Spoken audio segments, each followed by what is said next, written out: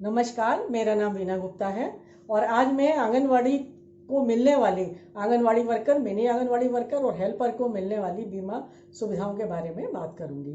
तो आपको सबको पता ही है कि काफ़ी समय से आंगनवाड़ी कार्यकर्ती बीमा योजना AKBY चली है और इसके अंतर्गत 30,000 रुपये किसी भी कारण से आंगनवाड़ी वर्कर हेल्पर की मृत्यु होने पर उनको ये मुआवजा मिलता है। तो ये AKBY है। दूसरी जो दो योजनाएं शुरू की सरकार ने 2018 में, उसमें से एक है प्रधानमंत्री जीवन ज्योति बीमा योजना PMJJBY।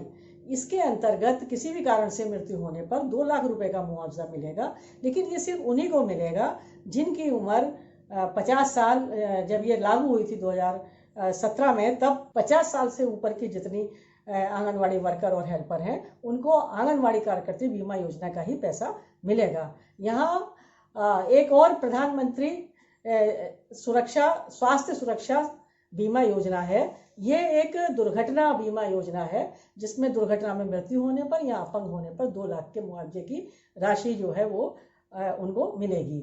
इन सब का जो पैसा है, बीमे की राशि भरी जानी है, जो इंस्टॉलमेंट है, वो सरकार ही उस कंपनी को भरेगी। तो ये 3 बीमा योजनाएं हैं। तो मेरा सभी बहनों से अनुरोध है कि हमारी जो भी बहनें किसी कारण से मृत्यु हुई है या कोई एक्सीडेंट हुआ है, उनके लिए इस बीमा योजना में क्लेम फॉर्म भरवाएं। क्लेम फॉर्म विभाग से मिलेगा और सब मदद करें। खासतौर से जो लीडर्स हैं, जो ज़्यादा जानते हैं इस बारे में, वो बहनों के बीच में इन स्कीमों का भी प्रचार प्रसार करें और इन स्कीमों के बारे में क्लेम फॉर्म भरवाने के लिए भी विभाग से संपर्क करें। कोई परेशानी आए तो हमसे भी संपर्क कर सकते हैं। अब मैं बात करूंगी कि भाई ये जो बीमा योजनाएं सरकार ने चलाई हैं, इससे लाभ क्यों नहीं मिल पा रहा आंगनवाड़ी को, और किस तरह से ये योजनाएं जो हैं वो आंगनवाड़ी के एक तरह से लूट का ही साधन है। जैसे जो 2 योजनाएं हैं, बीमा योजनाओं की सबसे बड़ी कमी ये है कि तीनों में ही जो बीमे का कवरेज है वो 59 ईयर्स यानी 59 साल तक है। अब आप ही हमें बताइए कि जो हमारा तो यूनियन की डिमांड है कि जब तक आंगनवाड़ी वर्कर को पेंशन ना मिले उसे रिटायर नहीं होना चाहिए, उसे काम करते रहना चाहिए। लेकिन अगर कोई एज फिक्स की जाती है तो केंद्र सरकार ने 65 साल आंगनवाड़ी के रिटायरमेंट की उम्र की सलाह दी और उत्तर प्रदेश सरकार ने भी 62 साल कम से कम मानी है जी। तो अब जो 59 ईयर्स तक ही उसे बीमे का कवरेज है, अगर उसकी उम्र 59 से ज़्यादा है और किसी वजह से दुर्घटना में या किसी कारण से उसकी मृत्यु होती है तो उसे बीमे का कवरेज नहीं मिलेगा। ये एक बहुत ही दुखद और शर्मनाक पहलू है इन सारी स्कीम्स का कि जिस उम्र में मृत्यु की, बीमारी की आशंका ज़्यादा है, उस उम्र को सरकार ने बीमे के कवरेज से बाहर कर दिया है। तो ये हमें मुख्य मांग अपने मांग पत्र में रखनी होगी कि बीमे का कवरेज कम से कम 65 साल किया जाए। और क्या कमी है? ये जो 2 योजनाएं हैं, प्रधानमंत्री जीवन ज्योति बीमा योजना और प्रधानमंत्री स्वास्थ्य सुरक्षा बीमा योजना, इसमें जो पैसा है वो या तो मृत्यु के बाद मिलेगा या स्वास्थ्य बीमा योजना का अपंग होने के बाद मिलेगा। तो इसमें जो मान लीजिए कोई वर्कर स्वस्थ रहकर पूरे समय अपना नौकरी करती है, उसके बाद 65 साल के बाद रिटायर होती है, तो उसे एक भी पैसा सरकार नहीं देगी। हमारा क्या कहना है, वो पैसा कहाँ जाएगा? सरकार जो बीमे की किस्त लगातार कंपनी के पास जमा करेगी, वो पैसा कहाँ जाएगा? वो कंपनी के पास रह जाएगा अगर वर्कर स्वस्थ रहती है।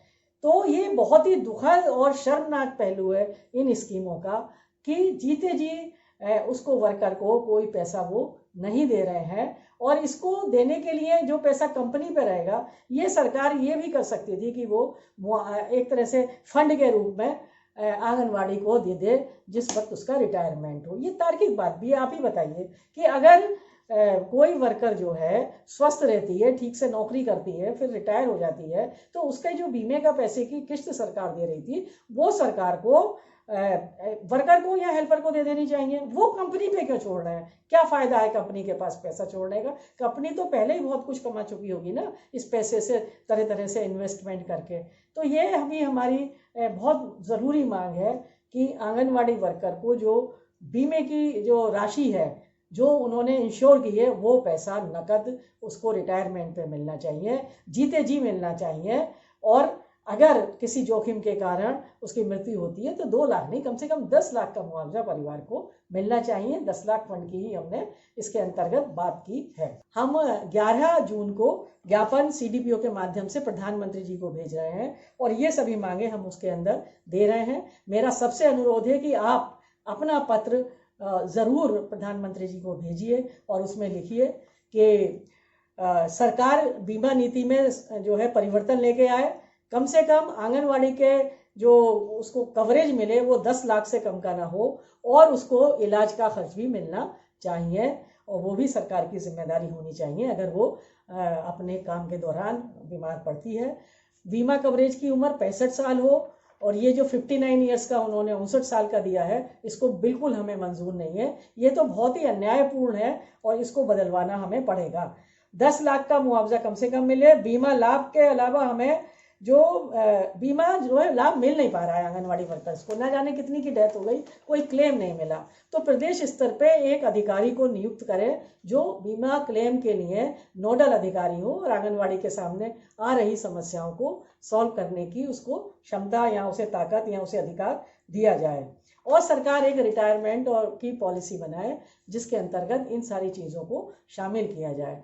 तो हम 11 जून को पूरे देश के अंदर, क्योंकि ये सारी स्कीम पूरे देश में भी है, पूरे देश के अंदर विरोध करेंगे और हम मांग करेंगे कि जो आंगनवाड़ी की मृत्यु हुई है 72 का लिस्ट तो सरकार ने ही दी है, लेकिन लगभग 100 से ज़्यादा हमारी आंगनवाड़ी बहनें मरी हैं। इसमें ऐसी बहुत सी बहनें मरी हैं जो जिनका कोविड टेस्ट नहीं हो पाया, जैसे रात को एडमिट कराया सुबह तक डेथ हो गई, या हॉस्पिटल ने जो है निकाल दिया उनको कि भाई अब इन्हें कोविड का शक है, किसी और बीमारी में वो एडमिट हुई, हार्ट फेल हुआ, डेथ हो गई।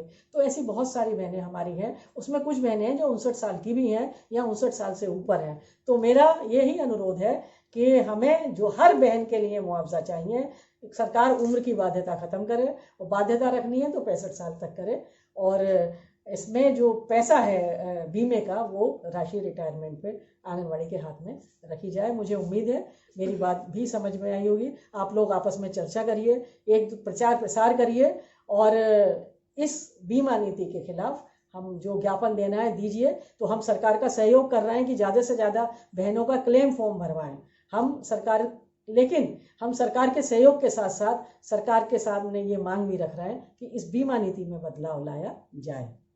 आप सभी का धन्यवाद।